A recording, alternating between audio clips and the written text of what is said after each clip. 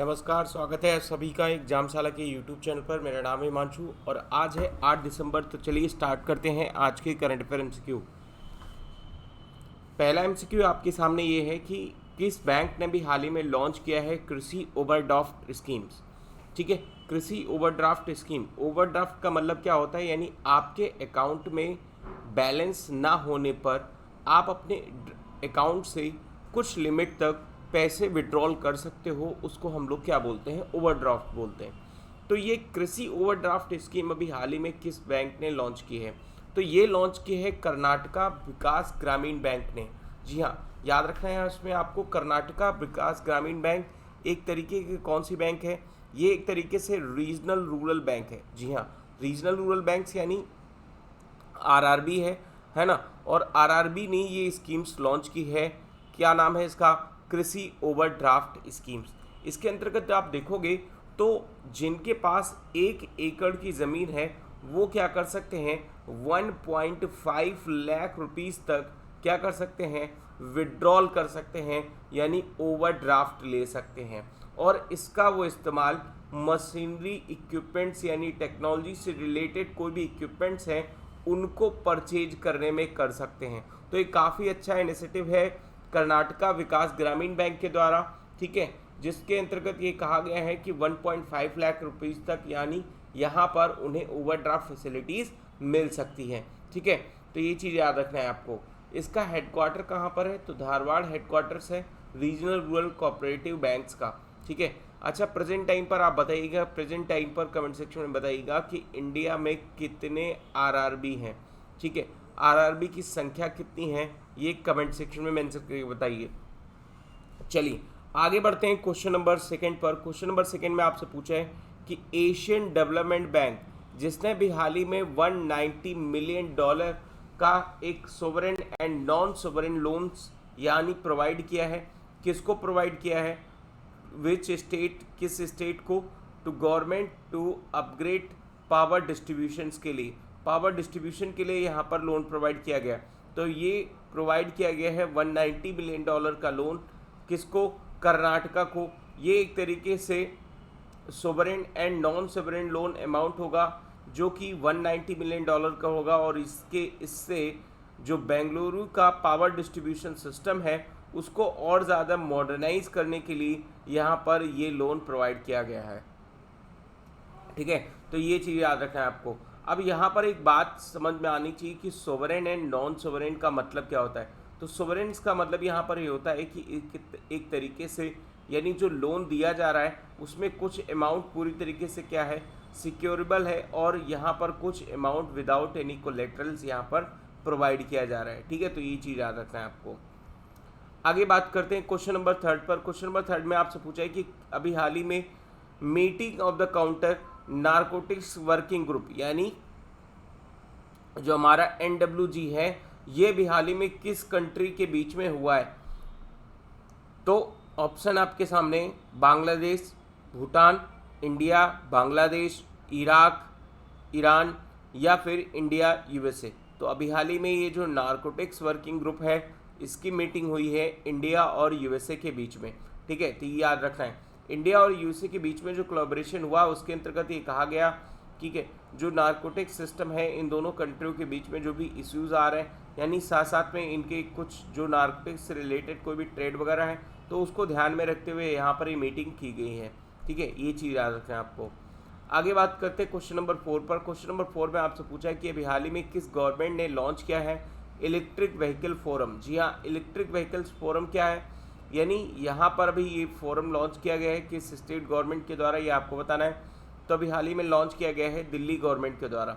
Delhi government ने electric vehicles forum ये launch किया है ताकि हम इलेक्ट्रिक व्हीकल से जुड़ी हुई कुछ पॉलिसीज़ यहाँ पर निकाल सकें। और ये जो पॉलिसीज़ यहाँ पर निकाली जा रही हैं इसके अंतर्गत यहाँ पर कहा जा रहा है कि जो दिल्ली गवर्नमेंट के द्वारा लिया जा रहा है जो टैक्स है वो टैक्स सिस्टम यानी टैक्स है और सारी चीज़ें उस पर किस तरीके से कम की जाए ताकि जो हमारे इलेक्ट्रिक व्हीकल्स हैं उनकी संख्या बढ़ सके। इलेक्ट्रिक व्हीकल्स की संख्या बढ़ाने के लिए दिल्ली गवर्नमेंट यहाँ पर इसलिए प्रयास कर रही है क्योंकि आप देखोगे कि दिल्ली में एयर जो क्वालिटी इंडेक्स है वो काफ़ी ज़्यादा हमारे यहाँ पर पुअर कंडीशन में पहुँच जाता है, यानी विंटर टाइम पर, ठीक है। तो ये काफ़ी ज़्यादा डेंजरस सिचुएशन हो जाती है एयर क्वालिटी के हिसाब से। तो इसको ध्यान में रखते हुए यानी यहाँ पर आप देखोगे कि केंद्र सरकार हो या फिर दिल्ली गवर्नमेंट, इन सभी ने जो हमारे इलेक्ट्रिक व्हीकल्स हैं इसको एडॉप्शंस के लिए यहाँ पर काफ़ी प्रयास किया है। अभी एक प्रोग्राम चल रहा है, यानी आपको याद होगा कि एक प्रोग्राम है जिसका नाम है फेम इंडिया, ठीक है। फेम इंडिया का मतलब faster adoption and manufacturing of electric vehicles. ये प्रोग्राम चलाया जा रहा है गवर्नमेंट ऑफ इंडिया के अंतर्गत। इसमें क्या होगा एम, यानी ज़्यादा से ज़्यादा इलेक्ट्रिक व्हीकल्स को अडॉप्ट करना, ठीक है। तो ये चीज़ भी याद रखना है आपको। आगे बढ़ते हैं क्वेश्चन नंबर 5 पर। क्वेश्चन नंबर 5 में आपसे पूछा है कि क्या थीम है water sanitation and hygiene conclave 2020 की, ठीक है। ये चीज़ बताना है आपको, ठीक है। तो ऑप्शन आपके सामने है celebrating success, water sanitation for health, water sanitation health and education, या फिर हाइजीन मैटर्स, ठीक है। तो यहाँ पर इसको याद रखना है कि इसका जो थीम है, थीम क्या है, हाइजीन्स मैटर्स, ठीक है। ये थीम रखा गया है किसका, water sanitation and hygiene conclave 2020 का, ठीक है। ये थीम है 7th वॉस कॉन्क्लेव, यहाँ पर वॉस इसको शॉर्ट फॉर्म में ही बोलेंगे, 2020 का। और इसकी जो मीटिंग हुई 2 से 4 दिसंबर के बीच में, ये मीटिंग पूरी तरीके से वर्चुअल थी। तो आंध्र प्रदेश के जो गवर्नर हैं विश्वभूषण हरिचंदन, ठीक है, इन्होंने पार्टिसिपेट किया एज अ चीफ गेस्ट, ठीक है। और यहाँ पर आप देखोगे ये ऑर्गेनाइज किसके द्वारा किया गया, तो यूनिसेफ के द्वारा ऑर्गेनाइज किया गया।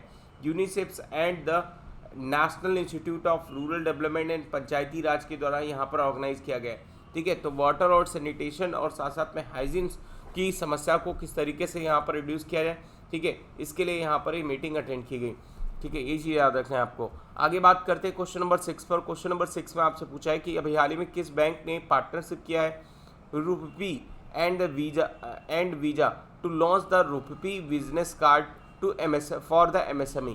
तो ये लॉन्च किया है अभी हाल ही में किसके द्वारा, किसने, एक्सिस बैंक ने। रुपी and visa launch axis bank rupee business card, ठीक है। ये लॉन्च किया गया है MSME के लिए। यहाँ पर एक्सिस बैंक, यानी इसका आपको थोड़ा सा स्टैटिक पोर्शन बता देता हूँ कि इसका हेडक्वार्टर कहाँ पर है। इसका हेडक्वार्टर है आपका यहाँ पर मुंबई में, ठीक है। टैगलाइन क्या है, बढ़ती का नाम जिंदगी, ठीक है, याद रखना है आपको।